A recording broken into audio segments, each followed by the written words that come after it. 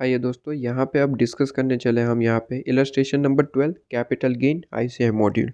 ICI module का illustration number 10, illustration number 12 capital gain.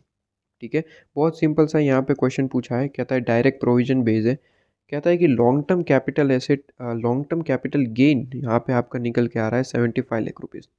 तो long term capital gain है आपके पास 75 लाख रुपीज़। ठीक है, अब ये कैसे आ रहा है लॉन्ग टर्म कैपिटल गेन? तो कहता है कि हमने एक बिल्डिंग को ट्रांसफ़र किया है, ट्रांसफ़र ऑफ बिल्डिंग।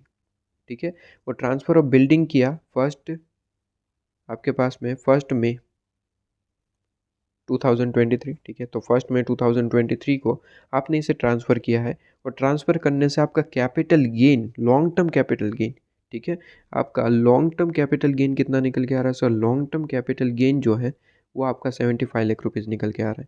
मतलब कि आपको ऑलरेडी कैलकुलेट करके दे रखा है लॉन्ग टर्म कैपिटल गेन इतना है। ठीक है, कहता है कि हमने क्या किया, इसे एग्जम्प्ट करने के लिए इन्वेस्टमेंट कर दिया है बॉन्ड के अंदर। हमने बॉन्ड के अंदर इन्वेस्टमेंट कर दिया, 5 साल के बाद वो रिडीम होगा। तो एज़ पर रूल ये आपका जो 54EC के हिसाब से आपको ये बताना है कि सर ये क्या पूरे का पूरा अमाउंट जो है वो एग्जम्प्ट हो जाएगा या फिर नहीं। ये पूरे का पूरा अमाउंट जो है वो एग्जम्प्ट हो जाएगा या फिर नहीं, वो आपको बताना है। तो सर 54EC ये कहता है कि सर अगर आप कोई चीज़ कैपिटल गेन निकल के आ रहा है, एसेट को आपको बेचते, कैपिटल एसेट, ठीक है, कैपिटल एसेट आप बेच रहे हैं।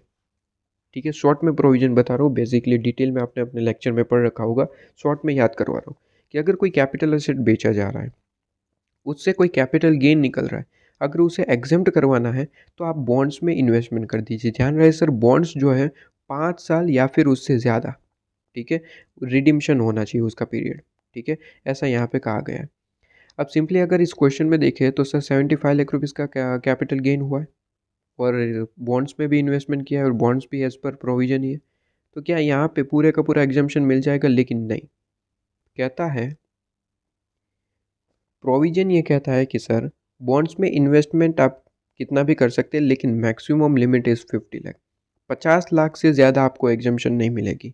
ठीक है, 50 लाख से ज़्यादा एग्जाम्पशन नहीं मिलती। आपकी कितना कैपिटल गेन? आपका 75 लाख रुपये।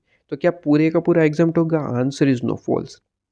क्यों सर? क्योंकि इसकी प्रोविजन जो 54EC ये कहता है कि बॉन्ड्स में इन्वेस्टमेंट करो, लेकिन ध्यान रहे सर 50 लाख से ज़्यादा आपको यहाँ पे एग्जाम्पशन नहीं मिलेगी। तो आप जो 75 लाख रुपीज़ आप जो कैपिटल गेन निकाल के आए हो, इसमें से 50 लाख तो आपका एग्जाम्प्ट हो जाएगा, लेकिन रिमेनिंग एग्जाम्प्ट नहीं होगा। ठीक है, तो यहाँ पे वही प्रोविज़न पूरी की पूरी डिस्कस करी गई है।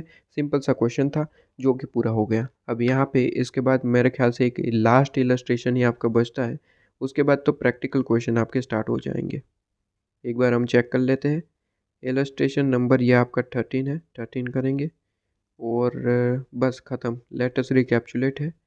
इसके बाद तो आपका प्रैक्टिकल क्वेश्चन स्टार्ट हो जाएगा और प्रैक्टिकल क्वेश्चन में भी आई थिंक ज़्यादा नहीं है। कितने हैं? 7 क्वेश्चन है, हो जाएंगे, कोई दिक्कत वाली बात नहीं है। इलस्ट्रेशन नंबर 13 नेक्स्ट वीडियो में डिस्कस करेंगे। इलस्ट्रेशन नंबर 13 खूब पूछा जाता है एमसीक्यू पर्पज़ के हिसाब से, प्रैक्टिकल पर्पज़ के हिसाब से। ठीक है, चलिए।